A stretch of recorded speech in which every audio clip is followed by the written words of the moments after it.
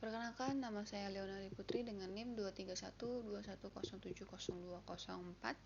Saya program studi Marketing Communication. Hari ini tanggal 23 Mei, hari Jumat 2025, saya melakukan ujian dengan mata kuliah International Marketing. Pada ujian kali ini, kami diperuntukkan sebagai manajer dari salah satu brand terkemuka, yaitu Kermes, mengingat kondisi tarif pasar yang dikenakan oleh Amerika Serikat dan beserta dampaknya. Untuk melaju ke halaman pertama, yaitu apakah global marketing itu sendiri masih dibutuhkan. Menurut saya, pasar atau global marketing ini tentu sangat dibutuhkan, dikarenakan pasar global tentu memiliki perannya tersendiri, yaitu peran penting dalam pertumbuhan jangka panjang.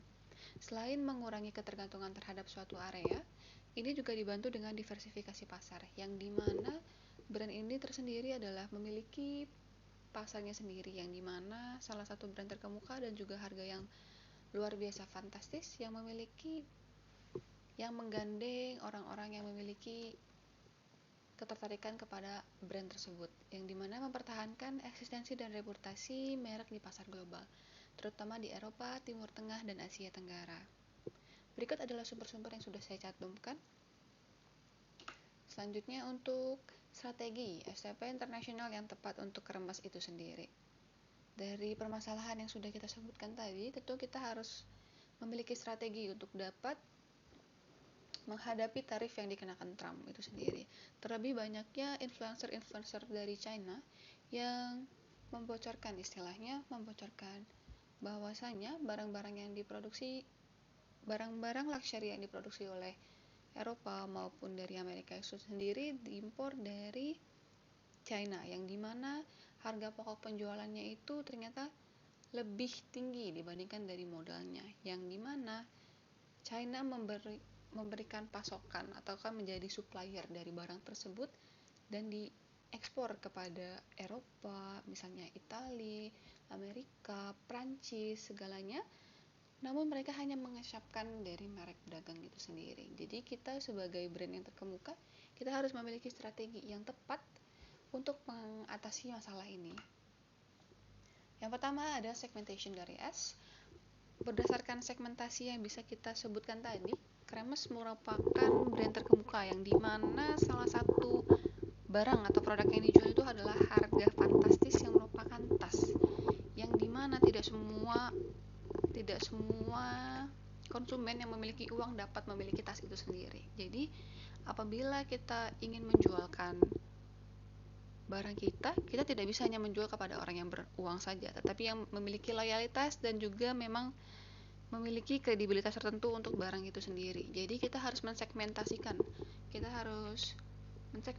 dari konsumen itu sendiri, yang dimana gaya hidupnya, tingkat pendapatannya, maupun dari sifat konsumerisme itu sendiri, dan dimana kita bisa terfokus dari penjualan itu sendiri, menjadikan segmen itu terfokus dalam orang-orang yang mampu maupun orang-orang yang luar biasa mampu untuk membeli ataupun menggait dari produk itu sendiri. Lalu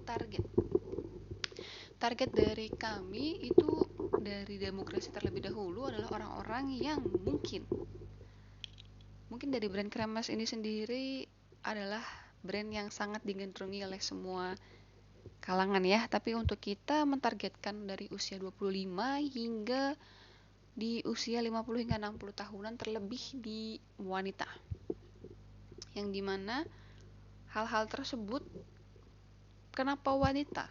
Karena barang-barang yang kita jual, terlebih merek dagang Kermes, terlebih di tas, itu biasa digunakan oleh wanita-wanita yang merupakan old money bagi zaman sekarang menyebutnya, yang biasanya satu tas bisa digandrungi 300 juta, 1 miliar, 2 miliar. Itu merupakan harga fantastis yang mungkin tidak bisa semuanya bisa afford. Lalu bisa juga difokuskan dari demografi itu sendiri dan geografis ke area-area atau benua-benua tertentu yang dimana memiliki pendapatan atau negara yang memiliki pendapatan per kapitanya luar biasa tinggi, seperti Swiss, Arab, Saudi Arabia, Dubai, Italia, Perancis. Amerika itu adalah salah satu negara-negara yang memiliki pendapatan per kapita tinggi, sehingga untuk masyarakatnya juga pasti memiliki daya beli yang lebih tinggi dibandingkan negara-negara lain. Jadi dapat terfokuskan dari sisi geografis itu sendiri. Lalu untuk penempatan ataupun positioning, yang dimana brand kita ini memiliki identitas Amerika yang memiliki kualitas premium. Tentu saja premium dikarenakan ini adalah brand luxury, yang dimana selain luxury itu juga terdapat sifat eksekutif maupun eksklusif, yang dimana tidak dapat semua digapai. Seperti itu. Lalu dilanjutkan untuk strategi global marketing mix yang tepat. Ada produk, price, place. Yang pertama, produk adalah tetap menawarkan produk premium dengan transparansi nilai. Dikarenakan kita adalah brand yang luxury, kita harus dapat memberikan produk yang lebih baik lagi, yang benar-benar sudah di tingkat maksimal untuk para konsumennya. Dikarenakan manusia tidak ada puasnya, yang dimana selagi kita memberikan 100, mereka akan minta 101, 102, 110, bahkan lebih. Jadi kita harus bisa memberikan nilai barang yang sesuai dengan apa yang mereka berikan, yaitu uang kepada perusahaan. Lalu yang kedua ada barang edisi terbatas, yang dimana memang barang-barang kita adalah barang-barang terbatas, jadi kita sudah memenuhi kriteria produk itu sendiri ya. Lalu untuk price, seperti yang kita bilang, untuk remas itu sendiri adalah barang-barang yang luxury, yang untuk menentukan harga gunakan pendekatan berdasarkan nilai. Jadi apabila nilainya sesuai dengan harga yang akan ditentukan, maka itu akan lebih baik, dan justru harus seperti itu. Dengan memberitahu pelanggan bahwa harga mencerminkan keeksklusifitasan barang serta identitas dari merek dagang tersebut. Seperti itu. Kita tidak boleh menerapkan diskon, karena apabila kita menerapkan diskon sedikit saja, itu eksekutif dan eksklusivitas brand itu akan turun seturun-turunnya, karena itu tidak mencerminkan dari brand luxury itu sendiri. Lalu yang ketiga ada place atau tempat, yang dimana sebagai tempat pendistribusian, tempat penjualan maupun tempat produksi dan tempat mengiklankan barang, kita harus fokus kepada pasar, di mana pasar internasional yang dapat menggait semua konsumen yang tidak hanya berada di satu provinsi, satu kabupaten maupun satu negara. Kita harus bisa menggait seluruh konsumen dari seluruh dunia yang memang pantas dan memang mau dan memiliki kemampuan untuk membeli barang kita. Lalu selain itu juga kita bisa menerapkan seperti merek-merek kompetitor lainnya, seperti melakukan fashion show yang menjajarkan ataupun memamerkan barang-barang koleksi terbaru kita, seperti itu. Lalu ada promotion itu promosi seperti yang saya bilang tadi.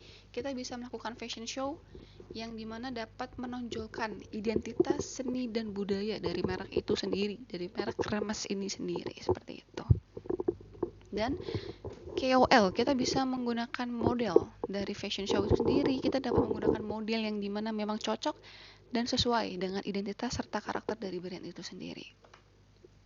Lalu yang keempat, jika diperkerjakan perusahaan tas mewah China dengan orientasi etnosentris. Yang awal, kita memiliki strategi awal, yaitu pemilik harus dididik tentang pentingnya pemahaman lintas budaya.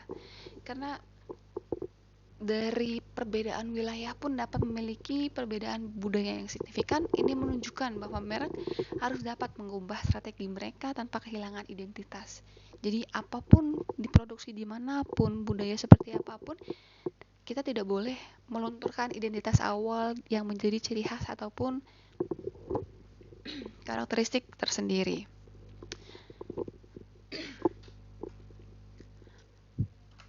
Lalu ada Kremas Global Strategy, STP, and Mix.